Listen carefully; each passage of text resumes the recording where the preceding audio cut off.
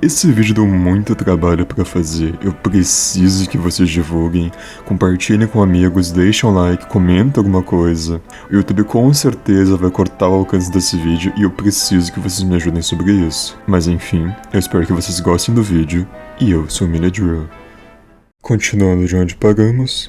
Não há maior desgraça do que está em que me vejo, que é de desejar fazer o bem e arranjar tudo e não haver com o que. Em outra carta, escrita uma semana mais tarde, o jovem príncipe de apenas 22 anos mostrava-se assustado com os desafios que a história lhe impunha, implorando ao pai que dispensasse do cargo e chamasse-o de volta a Portugal. Peço à majestade que o quanto antes me faça partir. 3 meses depois, em 21 de setembro de 1821, portanto, um ano antes do grito de Ipiranga, repeti o pedido. Peço a vossa majestade, por tudo quanto há de mais sagrado, que me queira dispensar deste emprego, que seguramente me matará pelos contínuos e horrorosos painéis que tenho, uns já à vista e outros muitos piores para o futuro. Mas continuando, o Brasil se mantinha a todo vapor, em um esforço de comprar navios, contratar oficiais e marinheiros, adquirir mercenários, manter acesa a esperança de vencer Portugal na guerra, e o governo tomou 2 providências para isto. Uma delas foi o exemplo da metrópole recorrer aos empréstimos internacionais.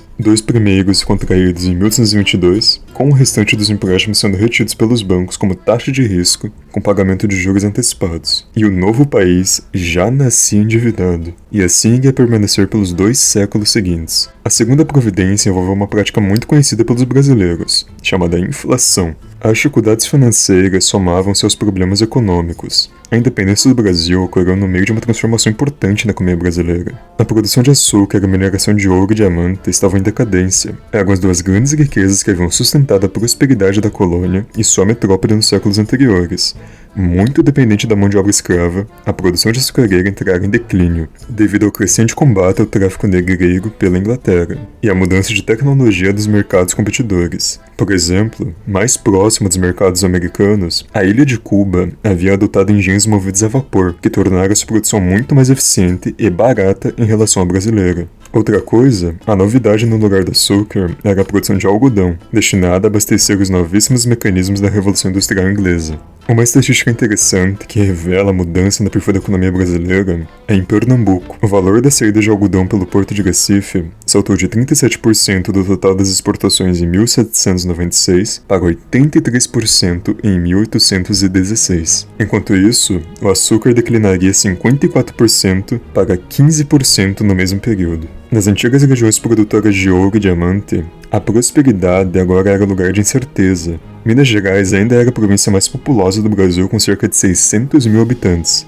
mas a economia começava a se deslocar rapidamente para o sul, em direção do Vale da Paraíba, região de lavoura de café. Este produto se tornaria rapidamente a nova estrela. As vendas de café no Rio de Janeiro aumentaram de meia tonelada em 1800 para 6.723 toneladas em 1820, e 20 anos mais tarde, em 1840, já responderiam por 44% das exportações brasileiras. Como resultado da abertura dos portos e da liberdade de comércio concedida por Dom João em 1808, havia surgido um crescente mercado brasileiro exportador e um próspero sistema de trocas, tanto entre províncias quanto a países, que já não dependia mais do monopólio nem da intermediação da metrópole portuguesa. Um exemplo, o Rio Grande do Sul vendia carne para a Europa, Estados Unidos, África e também para o Rio de Janeiro, Salvador e Recife. Em troca, recebia produtos industrializados do exterior.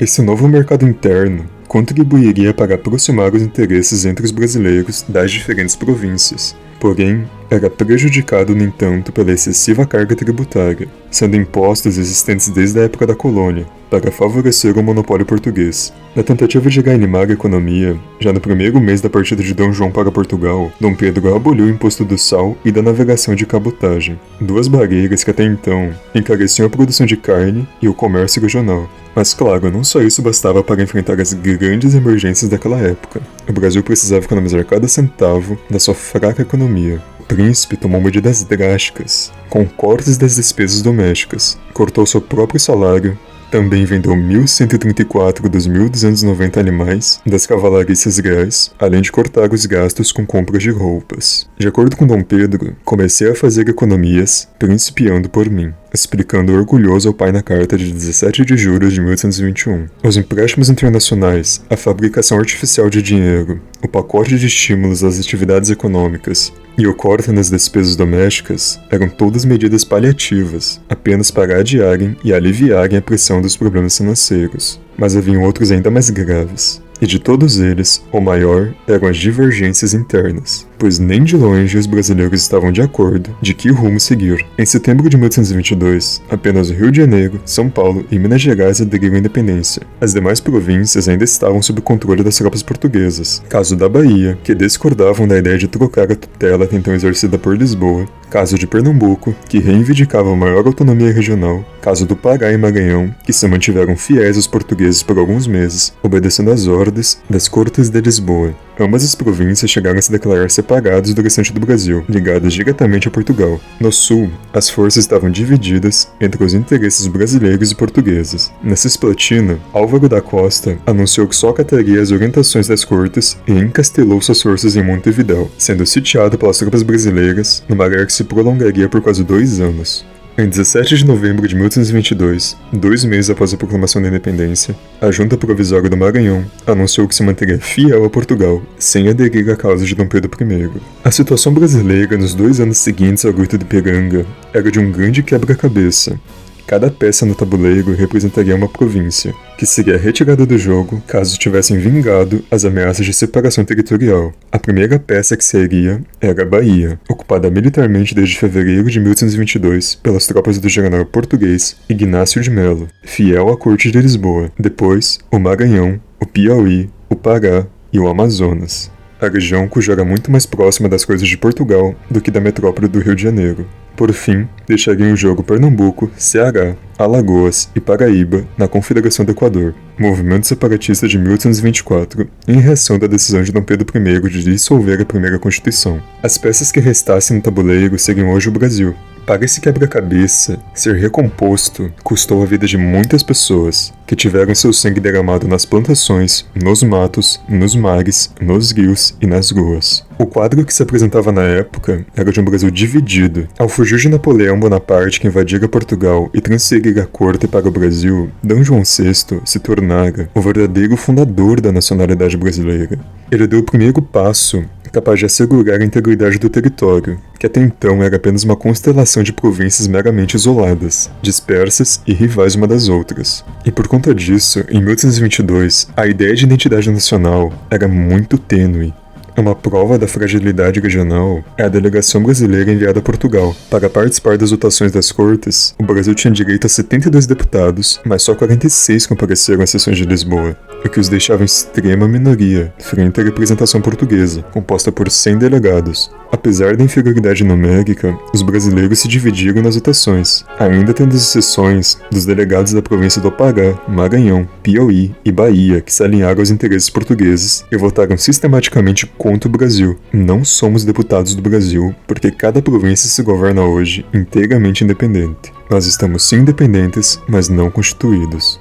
Além das divisões regionais, havia as divergências políticas. Era uma época revolucionária, em que no mundo inteiro se debatia intensamente qual seria a forma ideal de organizar o governo e as sociedades. O poder dos reis estava sendo contestado, mas havia muitas dúvidas de como substituí-lo. No Brasil, o projeto da independência tinha ampla aceitação, mas poucos concordavam a respeito do que fazer com o novo país. Na falta de partidos políticos, essas noções eram debatidas e defendidas em igrejas, clubes e sociedades secretas, como a maçonaria.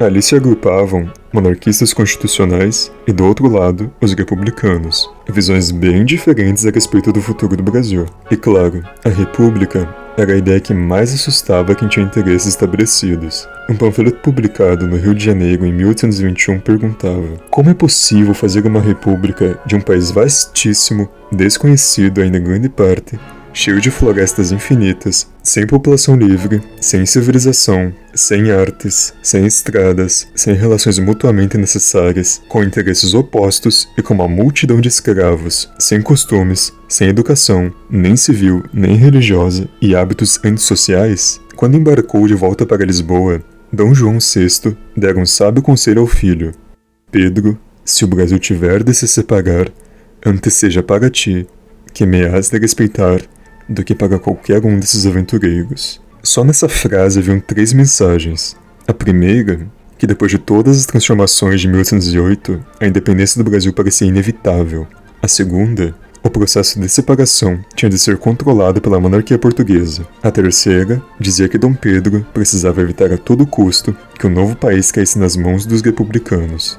Só a permanência do príncipe regente no Rio de Janeiro garantiria a integridade territorial brasileira. Ao retornar para Lisboa em abril de 1821, o rei Dom João VI deixou para trás 2 Brasis, inteiramente diferentes. De um lado, havia um país transformado pela permanência da corte, bem informado das novidades do mundo da época, com dilemas muito semelhantes aos conflitos que agitavam a nascente opinião pública na Europa e nos Estados Unidos. Esse era um Brasil muito pequeno, de apenas alguns milhares de pessoas, que tinha seu epicentro no Rio de Janeiro. O modesto vilarejo colonial de 1807, convertido numa cidade com traços e refinamentos de capital europeia. Seria um Brasil, um território vasto, isolado e ignorante, não muito diferente do lugar selvagem e escassamente povoado que Pedro Álvares Cabral havia encontrado 300 anos antes. E esses 2 Brasis conviviam de forma precária, e eles se ignoravam. Caberia a Dom Pedro I e José Bonifácio a tarefa de fazê-los caminhar juntos pela independência, uma tarefa muito difícil. O Brasil que foi transformado em 1808 tinha compositores, maestros, dançarinos, cantores, arquitetos, pintores, cientistas, professores, escola de ensino, livros, jornais, fábrica de ferro, pólvora, tecidos, moinhos de farinha de trigo, lojas que vendiam as últimas novidades da Europa, navios que já usavam a novíssima tecnologia de navegação a vapor. Este era o Brasil que no Rio de Janeiro se exibia nas cortes. A nobreza da época era uma nobreza inflacionada, que só se estabeleceu entre a riqueza colonial e a destituída corte portuguesa que se refugiou no Brasil. A monarquia portuguesa, depois de 736 anos de existência, tinha 16 marqueses, 8 viscondes, 4 barões e 26 condes, enquanto que a brasileira, em apenas 8 anos, já ostentava 28 marqueses, 16 viscondes, 21 barões e 8 condes. O padre Diogo Antônio Feijó descreveu à nova corte uma nova aristocracia fantástica, a qual faltava dinheiro, grandes ações e vasto saber, além de prestígio. Registros de diplomatas estrangeiros na época relatam: as classes superiores se vestem pelo último figurino parisiense e, não raro, exageram ridiculamente as modas importadas. Outro diplomata, desta vez francês, Jacques Arago, ficou surpreso ao visitar a Biblioteca Real, trazida de Portugal por Dom João, com 60.000 volumes e obras raras. Era uma das maiores do mundo, situada, porém, num país de gente analfabeta. Uma biblioteca que vivia para as moscas. Grande e bela e enriquecida das melhores obras literárias, científicas e filosóficas das nações mais civilizadas, ela é perfeitamente deserta e desconhecida pelos brasileiros. Visitei-a 2 vezes e nas 2 me encontrei ali sozinho com o diretor. Já o outro Brasil de Dom João era pobre, descalço e atrasado, que ainda caçava e escravizava índios que atacavam fazendas no interior do país. Viajava a pé, em canoas ou no lombo de mulas.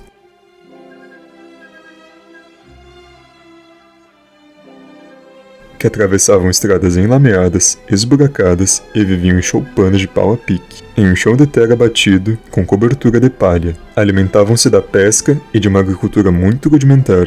Não sabiam ler e escrever, nem tinham acesso a qualquer informação sobre o que se passava além de alguns quilômetros além de suas comunidades isoladas. Basicamente, o Brasil de 1500. Ao visitar esse pedaço do Brasil, entre 1816 e 1820, o botânico francês Auguste ficou chocado com o que viu. Ali não se cuida senão de assuntos ligados à criação de gado. A ignorância é extrema. Encontrei por toda parte gente hospitaleira, excelente, a qual não faltava inteligência, mas cujas ideias eram tão limitadas que na maioria das vezes eu não conseguia conversar mais do que 15 minutos.